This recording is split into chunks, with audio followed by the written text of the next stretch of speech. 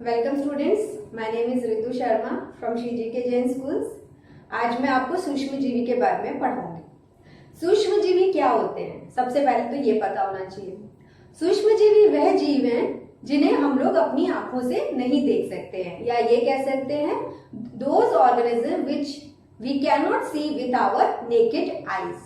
ठीक है, हम अपनी नग्न आंखों से इन जीवों को नहीं देख सकते। क्यों नहीं देख सकते? क्योंकि इनका जो साइज है वो 10⁻³ से भी कम हो सकता है, इसलिए हम इनको अपनी आंखों से नहीं देख सकते। तो इसको देखने के लिए माइक्रोस्कोप का प्रयोग किया जाता है। सबसे पहले वैसे तो माइक्रोस्कोप का जो प्रयोग किया था वो कोशिका को देखने के लिए रॉबर्ट हुक नामक वैज्ञानिक ने उपयोग में लिया था, परंतु लेबोरेटरी के अंदर, लैब के अंदर जो माइक्रोस्कोप यूज किया जाता है वो है कंपाउंड माइक्रोस्कोप। कंपाउंड माइक्रोस्कोप के जो खोजकर्ता थे वो थे एबी ल्यूविन हुक। कौन थे? एबी ल्यूविन हुक। अब सूक्ष्म जीवी बहुत तरीके के होते हैं, तो सबसे 5 तरीके के जो सूक्ष्म जीवी हैं मैं उनके बारे में आपको 1 बाय 1 समझाऊंगी। पहले बता देती हूँ आपको कि कितने प्रकार के सूक्ष्म जीवी होते हैं। सूक्ष्म जीवी हैं वो होते हैं वायरस, विषाणु, एल्गी, फंगी, बैक्टीरिया,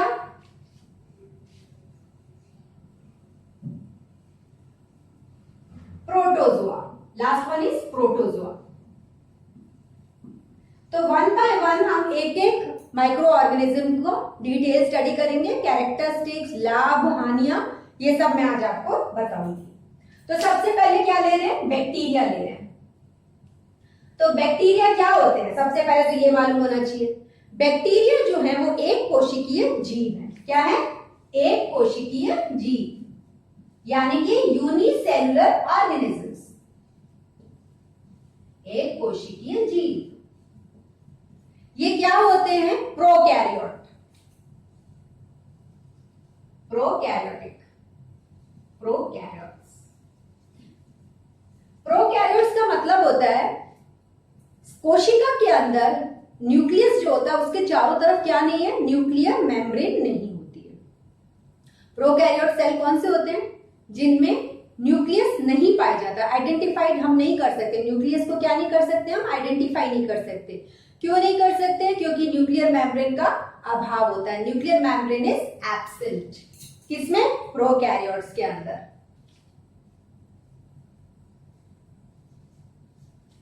इनकी जो सेल वॉल होती है वो किससे बनी होती है? Peptidoglycan, peptidoglycan.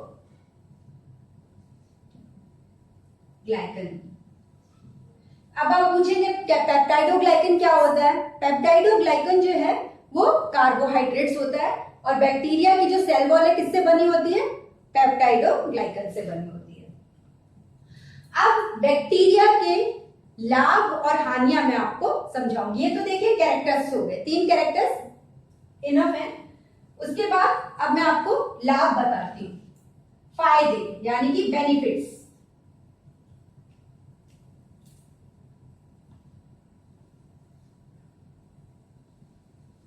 Benefits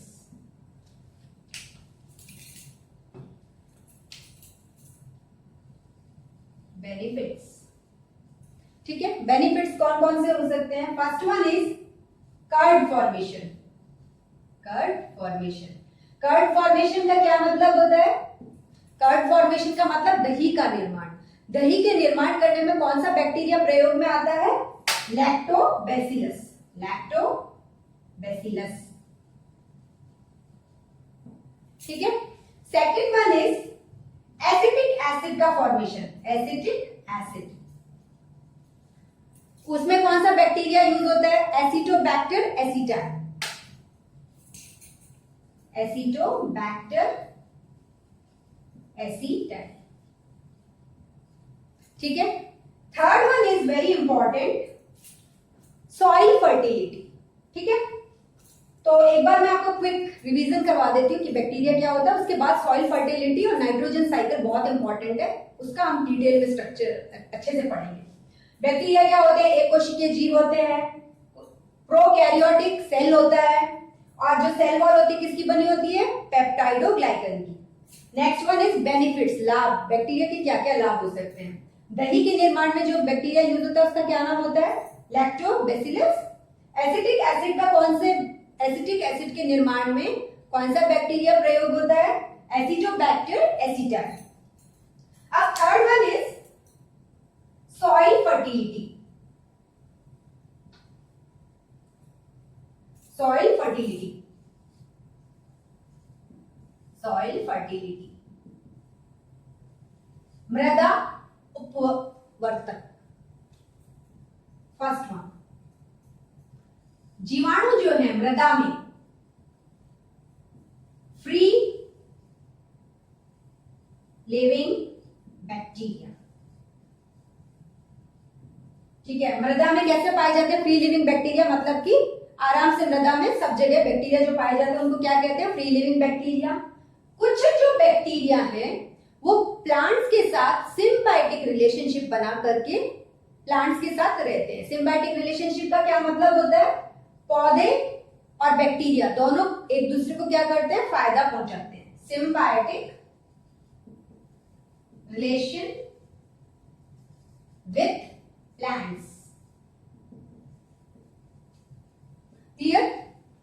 free living in soil, ठीक है। ये धरती में क्या पाए जाते हैं? फ्री, स्वतंत्र रूप से धरती में जो पाए जाते हैं उनको क्या बोलते हैं? Free living in soil, symbiotic relationship with plants. अब कौन कौन से बैक्टीरिया हैं जो मृदा में फ्री तरीके से पाए जाते हैं? Important one is Nitrosomonas. Second one is Nitrobacter.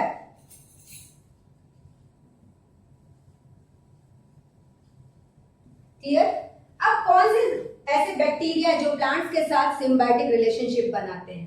पहला सबसे important rhizobium. Second one is anabaena. Third one is nostoc. ये जो तीनों बैक्टीरिया हैं ये प्लांट्स के साथ क्या करते हैं? सिम्बायोटिक रिलेशनशिप बनाते हैं, ठीक है।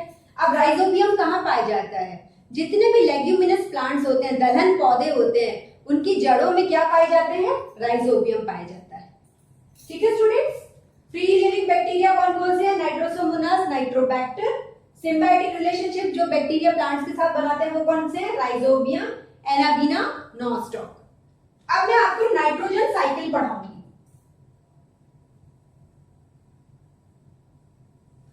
कि वातावरणीय नाइट्रोजन किस तरीके से जीवों में पहुंचती है। नाइट्रोजन साइकिल, नाइट्रोजन साइकिल, ठीक है। सबसे पहले नाइट्रोजन कहां पाई जाती है? एटमॉस्फेयर में पाई जाती है। तो उस नाइट्रोजन को क्या बोलेंगे? Atmospheric nitrogen. समझ में आया? वातावरण में जो नाइट्रोजन उसको क्या बोलेंगे? Atmospheric nitrogen. अब ये जो नाइट्रोजन है भूमि में कैसे किस फॉर्म में पहुंचेगी? अमोनिया। और भूमि में एटमॉस्फेरिक नाइट्रोजन को कौन पहुंचाने का काम कौन करेगा? Nitrogen fixers, nitrogen fixer bacteria, nitrogen fixer. Nitrogen fixers ने क्या किया? नाइट्रोजन फिक्सर्स ने क्या किया? एटमॉस्फेरिक नाइट्रोजन को अमोनिया के रूप में धरती में पहुंचा दिया। या फिर कभी कभी लाइटनिंग होने से, बिजली के कड़कने से जो वातावरणीय नाइट्रोजन है वो धरती पर अमोनिया के फॉर्म में पहुंच जाती है, ठीक है। अब देखिए ये जो अमोनिया है ये किसमें कन्वर्ट हो जाएगी? Nitrogenous compound, nitrogenous compound. वो कौन कौन से हैं? नाइट्राइट, फिर क्या बनेगा? नाइट्रेट। अमोनिया किस में कन्वर्ट हो जाएगी? नाइट्राइट में। कौन कन्वर्ट करेगा? Nitrogen fixers. फिर ये नाइट्राइट किस में कन्वर्ट हो जाएगी? नाइट्रेट में, ठीक है। पहले क्या बना? नाइट्राइट, फिर क्या बना? नाइट्रेट। बहुत सिंपल रूप में मैं आपको समझा रही हूं, बहुत सिंपल एक्सप्लेनेशन है। इस नाइट्रेट को किसने कंज्यूम किया या किसने ले लिया? जीवों ने और plants and animals. Plants and animals, plants and animal ने क्या किया? नाइट्रेट को ले लिया। फिर क्या हुआ?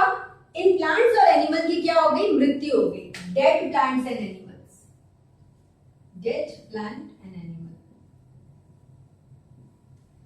डेड प्लांट्स एंड एनिमल का क्या हुआ? जब ये जंतु और पौधे मर जाते हैं तो ये क्या होता है? सॉइल के अंदर इनका क्या हो जाता है? डिकम्पोजिशन होना लग जाता है, यानी कि अपघटित होने लग जाते हैं, जिससे नाइट्रोजन फिर से कहां पहुंच जाती है? एटमॉस्फेयर में पहुंच जाती है, और फिर से यही साइकिल चालू हो जाती है। एक बार वापस से समझा देती हूँ नाइट्रोजन साइकिल क्या है, बहुत सिंपल है।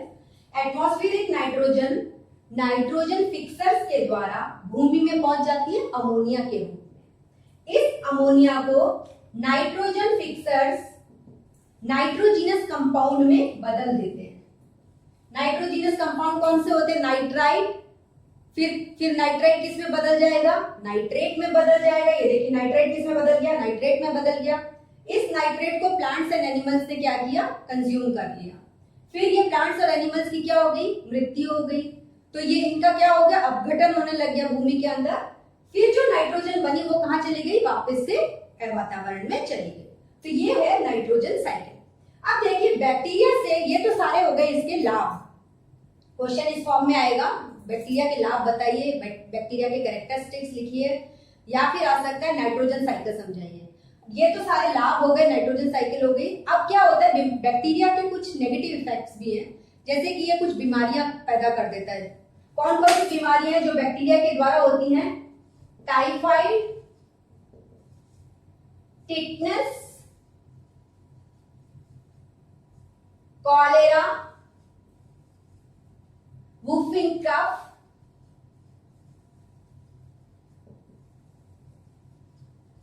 ठीक है। आपसे क्वेश्चन में 1 मार्क वाले क्वेश्चंस में ये ज्यादातर आ जाता है, बैक्टीरिया से होने वाले रोग बताइए, जीवाणुओं से होने वाले रोग के नाम बताइए। तो टाइफाइड, टिटनस, कॉलेरा, वुफिंग कफ, ये सारे, प्लेग, ये भी क्या है? बैक्टीरियल डिजीजेज है। तो या नाम बता सकते हैं, 2 नाम पूछते हैं या 3 नाम पूछते हैं। तो आज के लिए सिर्फ इतना ही स्टूडेंट्स। नेक्स्ट क्लास के अंदर जो बाकी के बचे हुए माइक्रो ऑर्गेनिजम्स हैं, जैसे कि वायरस, एल्गी, फंगी, प्रोटोजोन्स, इनके बारे में मैं आपको बताऊंगी। मोस्ट इंपॉर्टेंट बैक्टीरिया था जो आज कवर कर लिया हमने। नेक्स्ट क्लास के अंदर बाकी की चीजें आपको माइक्रो ऑर्गेनिजम्स के बारे में बताऊंगी। तो एक बार ये साइकिल को देख लीजिए। Thank you very much students.